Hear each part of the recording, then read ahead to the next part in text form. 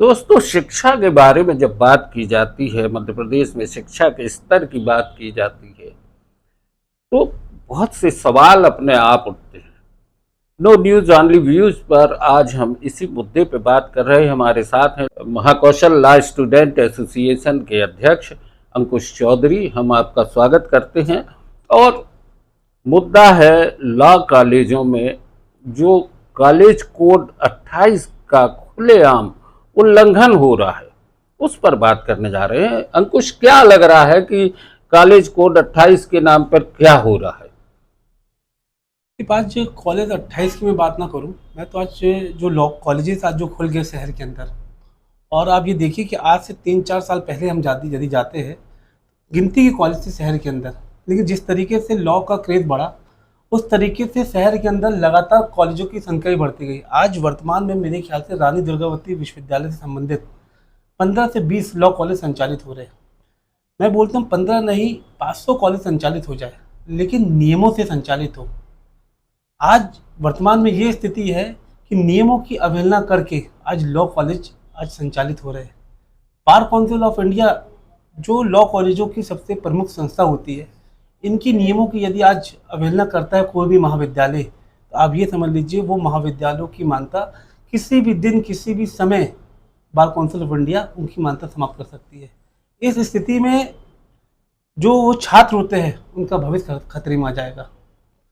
इसको लेकर Mahakaushal law student association ने माननीय कुलपति जी को हमने ज्ञापन भी दिया हुआ है, और हमने तो उनसे ये मांग करी हुई है कि आपकी जो निरीक्षण कमेटी है, जो सत्यापन करने जाती है, जो निरीक्षण करने जाती है, वो शपथ पत्र में दे कि सारे नियमों का पालन करके महाविद्यालय संचालित हो रहा है।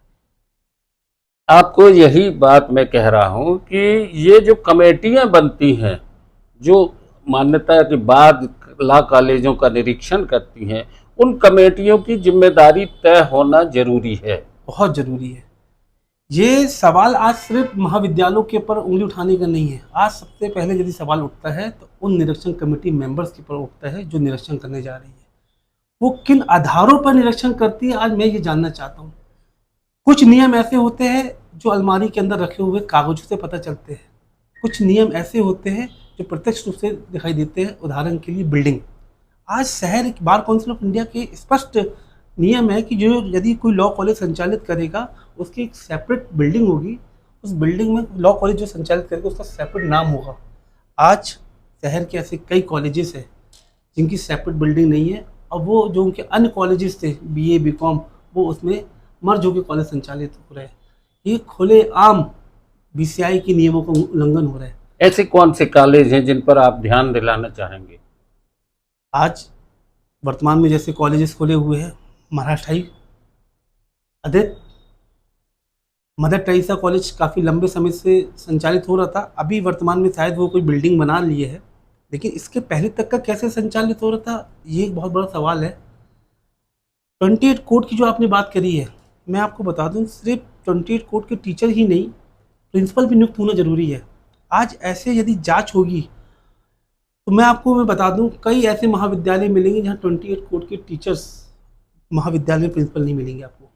40 छात्रों में एक टीचर्स होता है, एक रेशो बना हुआ है। 28 कोड का जो योग्य शिक्षक होता है वो विश्वविद्यालय उनको नियुक्त करता है और महाविद्यालय उनको रखता है। ऐसे कई महाविद्यालय होंगे जहाँ पे इस रेशो के अंतर्गत वो उतनी टीचर की संख्या नहीं होगी।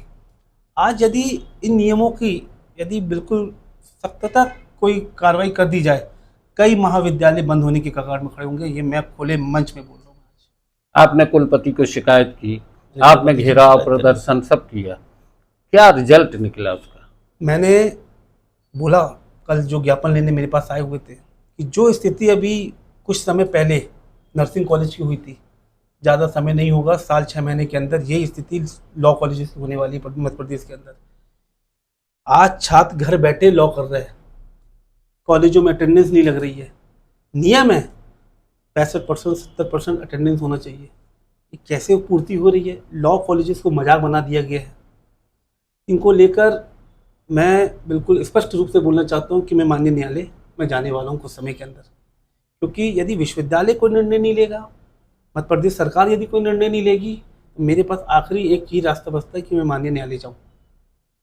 दोस्तों, न्यायालय में जाना एक आखिरी निर्णय है, लेकिन उसके पहले मेरा मानना भी ये है कि शिक्षा की गुणवत्ता पर अगर चोट होती है तो विश्वविद्यालय प्रशासन को कहीं ना कहीं गंभीरता से इन मुद्दों को लेना होगा। मसलन अगर एक विज्ञापन निकलता है कहीं पर भर्ती के लिए और उसकी योग्यताओं के मापदंड तय होते हैं कि इस पद पर ये इस तरह से इन योग्यताओं के आधार पर नियुक्ति होगी, ये मापदंड पूरे करना होंगे। उसके बाद यदि यूनिवर्सिटी की चयन कमेटी, उसका चेयरपर्सन उन तमाम जो दस्तावेज हैं उनको नज़रअंदाज करता है और एक लिफाफे के जरिए कुछ लोगों की नियुक्ति कर देता है, तो उस चेयरमैन पर भी कहीं ना कहीं सवाल उठता है। अंकुश भाई, जबलपुर में लगभग, जिसे आपने बताया, 15 कॉलेज हैं, 15 से 20 लॉ कॉलेज हैं। लॉ कॉलेजों की जो बिल्डिंग का नाम्स है वो क्या होना चाहिए? देखिए, एक तो मैंने आपको बताया कि सेपरेट बिल्डिंग होगी, उसमें एक खेल मैदान होगा, बॉयज़ के लिए सेपरेट इंडोर्स गेम होते हैं, गर्ल्स के लिए इंडोर गेम्स के लिए एक होता है, उनके कॉमन रूम होते हैं, बॉयज़ के अलग, गर्ल्स के लिए कॉमन रूम्स होते हैं, लाइब्रेरी होती है। ऐसी अनेक इंफ्रास्ट्रक्चर को लेके कई नियम बने हुए हैं। लेकिन आज वर्तमान में जो स्थिति आज देख रहे हैं हम लॉ कॉलेजों की, मुझे लगता है कि 30 से 40% ही ऐसे लॉ कॉलेजेस होंगे जो नियमों का पालन कर रहे हैं। अब बाकी सब नियमों की पूरी तरीके से अवहेलना करके कॉलेज संचालित कर रहे हैं, और उसमें सबसे बड़ा जो योगदान है वो है विश्वविद्यालय के द्वारा जो निरीक्षण कमेटी बनाती जाती है, जो निरीक्षण करने जा रहे हैं उनका।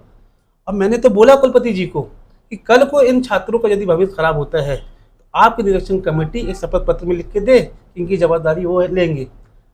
अच्छा, इसमें फीस को लेके भी बात आती है कि सभी महाविद्यालयों का फीस स्ट्रक्चर भी जो है वो अलग अलग है।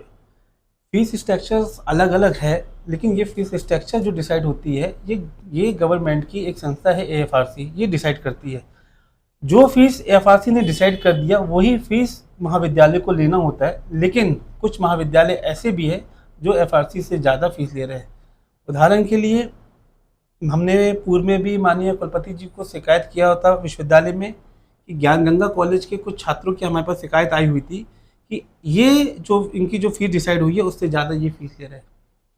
अभी तक कोई कार्रवाई नहीं हुई है। इसको लेके भी हम अभी किसी भी दिन हम विश्वविद्यालय का घेराव करेंगे, ज्ञान गंगा कॉलेज का घेराव करने वाले हैं कि आप नियम विरुद्ध तरीके से कैसे छात्रों का से अधिक फीस ले रहे हैं, छात्रों को किस तरीके से आप शोषण कर रहे हैं, ये अधिकार आपको किसने दिया है।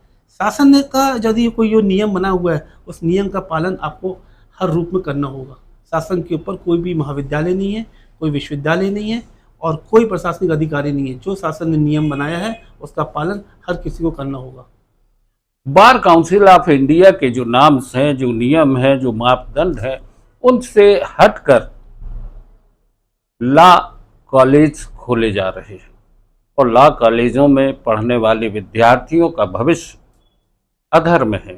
कहीं ना कहीं इन महाविद्यालयों पर अगर कोई कार्रवाई होती है तो एक बड़ी संख्या में छात्रों के भविष्य पर संकट मंडराएगा और इसकी जिम्मेदारी है उन निगरानी समिति वालों की जिन्होंने कॉलेज को मान्यता देने के लिए नो ऑब्जेक्शन सर्टिफिकेट दिए हैं।